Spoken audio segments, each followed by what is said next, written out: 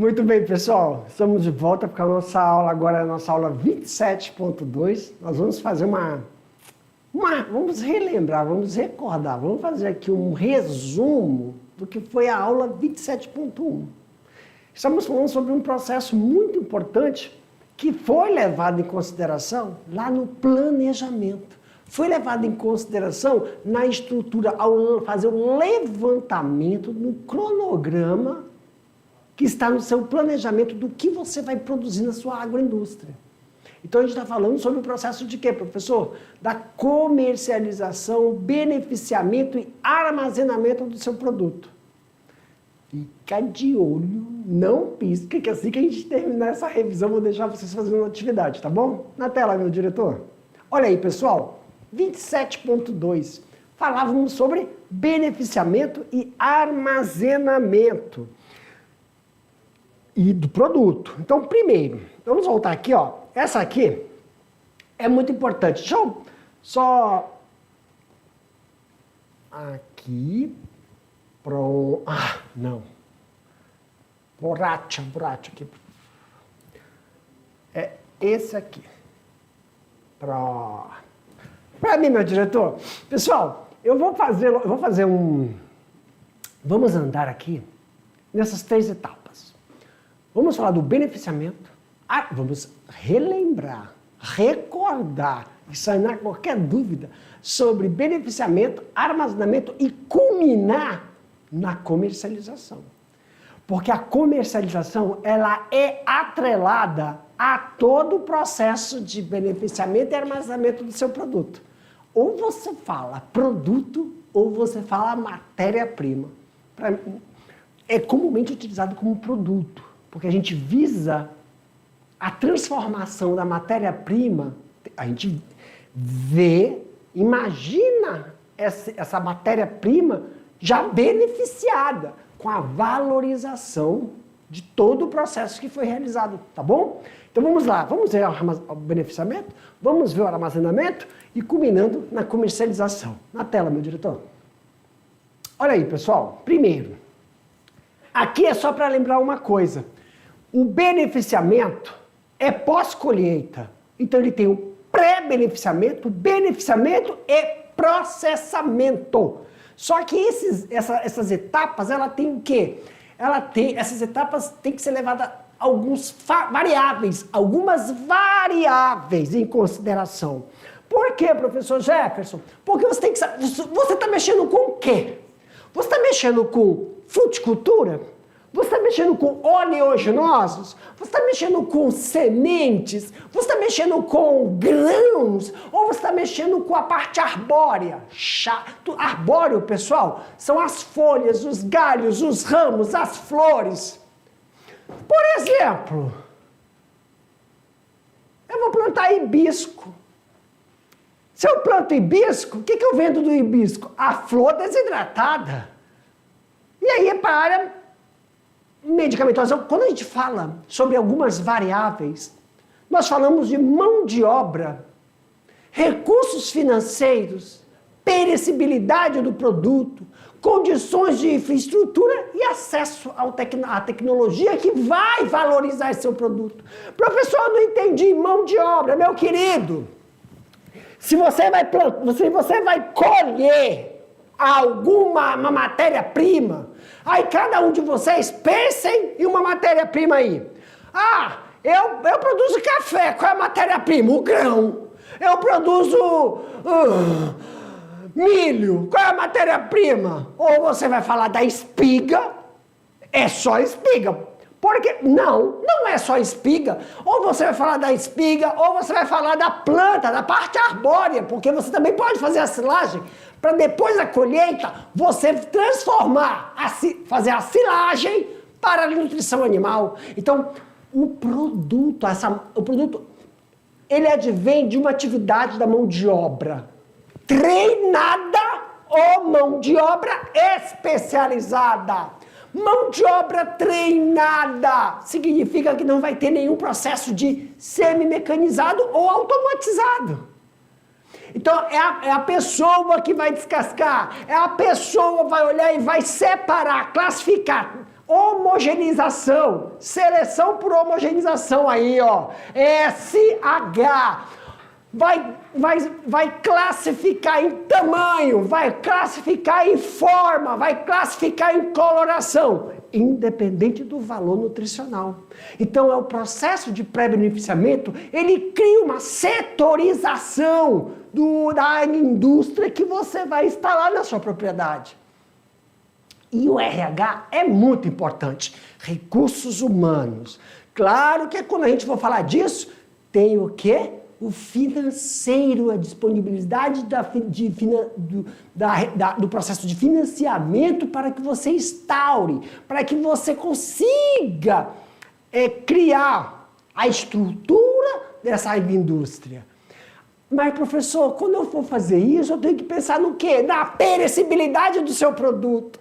Quanto mais perecível ele for, quais são as estratégias que você vai utilizar para a durabilidade dele? E essa estratégia está ligada diretamente ao quê? Ao produto final. Pois tem que ser criado tem que ser embutido nesse seu produto uma identidade, onde a gente fala lá, a marca vai estar relacionada. Quanto menos insumos, mais natural ele é.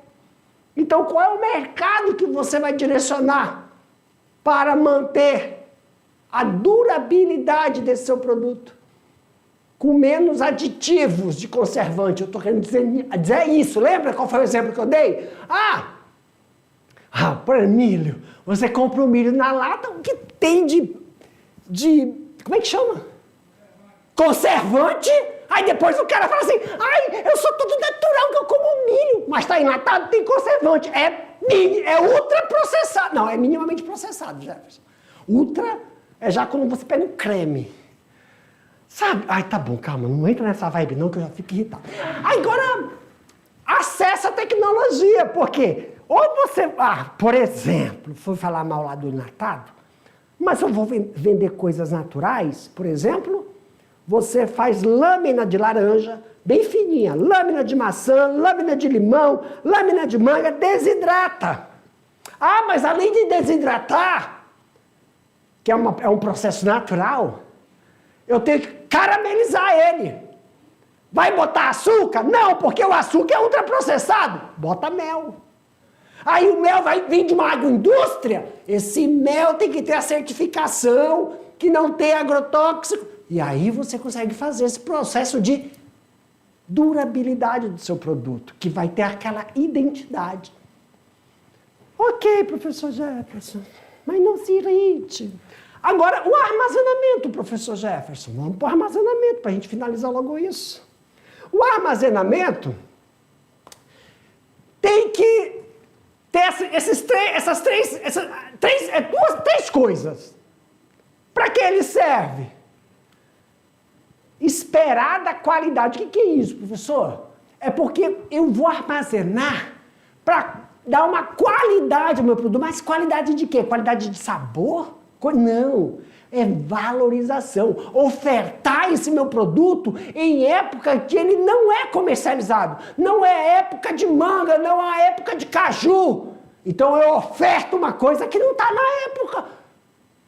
Longevidade, para que eu possa aguentar os períodos de dificuldades econômicas. Por exemplo, dá trabalho produzir. Então, se eu for vender, vai comprar pelo valor que eu estou vendendo. E a colocação desse negócio do produto ao mercado. E aí, pessoal, o armazenamento, ele pode ser, na sua grande maioria, por câmaras, né? Câmaras frias, ele pode ser por resfriação. Então, se você vai resfriar, tem que tomar cuidado. Por quê? Porque não é só a polpa. Às vezes, tem que conhecer o seu produto. Porque se você despolpar, congela. Mas tem uns que tem que emulsificar. É um minimamente processado, senão você estraga. E quando eu não vou mexer com fruta, eu mexo com grãos. Eu mexo com sementes, tem que saber, oleaginosos. Eu vou fazer o que para poder armazenar isso? E se eu for armazenar folhas, como chá, tererê, erva mate, fazer bolo, farinhas, né? O trigo que é processado em pó, fica em pozinho, farinha de mandioca. Isso tudo tem um lugar para armazenar, não é no da refrigeração. E também o mercado. Agora voltar lá para a gente finalizar. Finalizando aqui. Cadê o item? Finalizar. Agora vamos à comercialização. A comercialização é como você vai ofertar isso ao mercado. In natura, vai direto ao consumidor, vai ser no setor de distribuição, de varejo, vai ser por instituições governamentais. Tem todo um trâmite, porque tem uma regra. Se eu vou para o varejo, se eu for para o consumidor final, ou se eu for para alguma instituição, eles têm regras de como vão receber esse produto. Agora é produto, não é mais matéria-prima. Só se fosse para a indústria. Então, tem que levar as questões, né? De, como é que falo para eu para eu sair da minha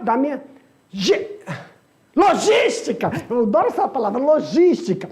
Quais são os fatores logísticos até que eu chegue no domicílio. Até que, um deles, para encurtar,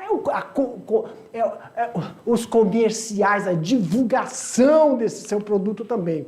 E essas questões são questões que nós levamos em consideração. Para mim, meu diretor. Meus queridos, agora eu vou deixar vocês fazendo aí a atividade de vocês, mas daqui a pouco eu te volto para a gente corrigir. Tchau, tchau.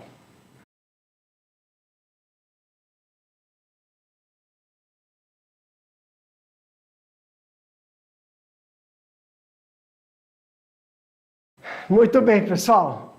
Agora é a hora que nós vamos sanar todas as dúvidas que possam ter surgido durante a elaboração da sua resposta.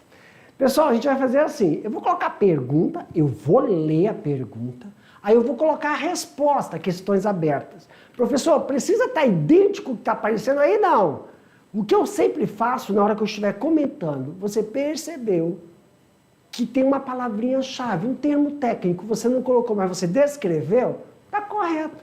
Só sublinhe e coloque entre parênteses para criar familiarização com esse termo técnico. Isso vai lhe auxiliar muito na hora das avaliações, tá bom? Vamos lá? Na tela, meu diretor. Questão de número 1. Alguns produtos agroflorestais necessitam de armazenamento adequado para garantir. Para garantir o quê, professor Jefferson? Qualidade e longevidade esperada para cada produto. O que facilita sua colocação no mercado em épocas apropriadas à comercialização. Isso aqui é fundamental, cara. Tem que ter visão para isso. Quais as recomendações em armazéns para grãos? Olha aí, ó. Você vai armazenar o quê? Fruta? Você vai armazenar o quê? Erva? Você vai armazenar o quê? Oleaginosos? Você vai armazenar... Aqui é para grãos. E por quê? Então, pessoal, as recomendações em armazéns, os produtos devem estar bem embalados. Pessoal, vem aqui para mim, meu diretor, rapidinho.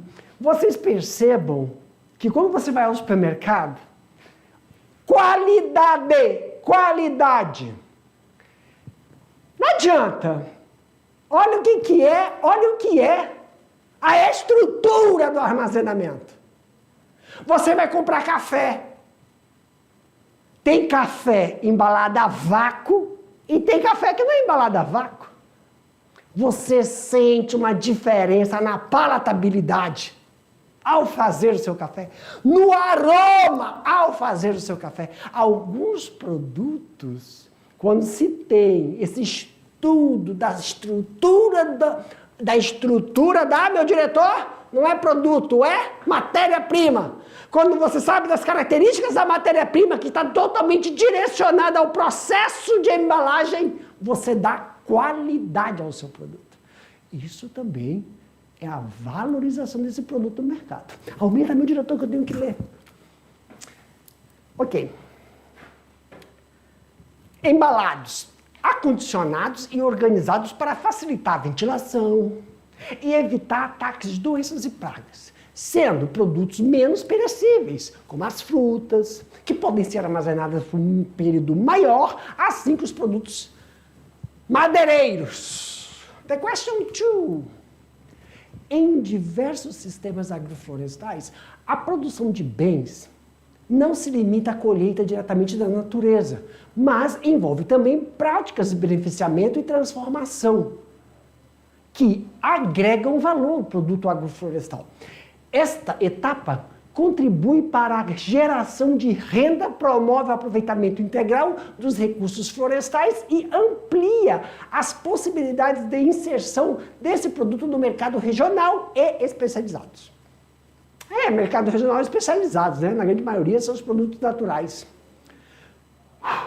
Com base nesse contexto, dê um exemplo de beneficiamento e transformação de um recurso florestal, que ocorre dentro do sistema agroflorestal, explicando de que forma essa prática agrega valor ao produto. Um exemplo do beneficiamento e transformação que ocorre no sistema SAFs é a transformação da madeira bruta em pranchões, tábuas, planques e estacas. Essa prática agrega valor ao produto. E também, pessoal, não só agrega valor, mas agrega qualidade, que é a durabilidade dessa madeira também. Né? E impede ataques dessa madeira por alguns insetos. O tratamento é óbvio, né? Ampliando a possibilidade de uso e incentivando os manejos sustentáveis dos recursos florestais, dependendo da sua propriedade rural. Questão de número 3 agora. Os agricultores que trabalham em sistemas agroflorestais, SAFs, assim como muitos pequenos e médios produtores rurais, enfrentam diversas barreiras para a comercialização de seus produtos, principalmente em funções da dificuldade de acesso ao mercado, que é a logística também, né? E ao consumidor, mercado e consumidor. No entanto, existem outros entraves relacionados à forma com que esses produtos são produzidos e escoados. Considerando esta realidade, qual das alternativas a seguir expressa outros desafios enfrentados pelos produtores agroflorestais na comercialização de seus produtos? Alternativa A, alternativa B, alternativa C, alternativa D, alternativa E. A única aí, pessoal, que contempla, né? Que considera a realidade da qual as alternativas expressas, o desafio enfrentado pelos produtores, é a alternativa B, a verdade de produtores agroflorestais da demanda da comercialização em menor escala, o que dificulta a inserção no mercado, pois, principalmente de monoculturas. Tudo que vai ao mercado, pessoal, tem que ter um fluxo. E esse mercado, né? Varejista, mercado, supermercado, eu não estou falando de feiras. Considerando a realidade. Porque ali, ó, assim como, aqui, ó, viu? Pequenos, médios produtores rurais. Da comercialização dos seus produtos em relação ao mercado e ao consumidor. De fluxo, entendeu? Então, a alternativa B. Produtos, demanda na comercial, menor escala, que dificulta. Então, quanto menor escala, menor o fluxo. Então, maior o investimento. 4. No sistema agroflorestal, além da produção diversificada e sustentável, é fundamental que o agricultor tenha acesso aos canais, né, eficazes da comercialização. Com base nas estratégias de comercialização direta, assinale a alternativa que apresenta corretamente os locais onde os sistemas SAFs podem ser comercializados. Então, os sistemas SAFs, eles têm locais onde são qualificados o processo de sua comercialização. E é em domicílios, feiras livres, eventuais comércios, lojas, quiosques das propriedades rurais também. Por quê? Por causa do fluxo. Tá? E para finalizar, a qualidade do produto agropecuário e agroflorestal é cada vez mais valorizada pelo mercado. Então, considerando a importância da qualidade do produto agroflorestal, adotado para garantir produto com boa aparência e higiene adequado ao consumo. Somente a colheita e na comercialização, apenas da produção na colheita, durante o beneficiamento do transporte, apenas do armazenamento ou na produção da colheita, armazenamento, beneficiamento, transporte e comercialização. A única alternativa que contempla a pergunta é na produção, colheita, armazenamento, transporte e comercialização do mesmo. Ainda temos as 6. Com base nos princípios de SAFs, aponte a principal forma de comercialização desses produtos no sistema em que explique brevemente a importância de cada um deles. Primeiro, pessoal, as principais formas são venda direta ao consumidor, venda ao varejo e venda ao comércio institucionais. Consumidor garante o preço justo, varejo, mercado, supermercado amplia o alcance do produto e institucionais como PNE, PPA, isso assegura a inserção do produto no mercado. Para mim, meu diretor. Muito obrigado, pessoal. Finalizamos aqui. Até a próxima. Tchau.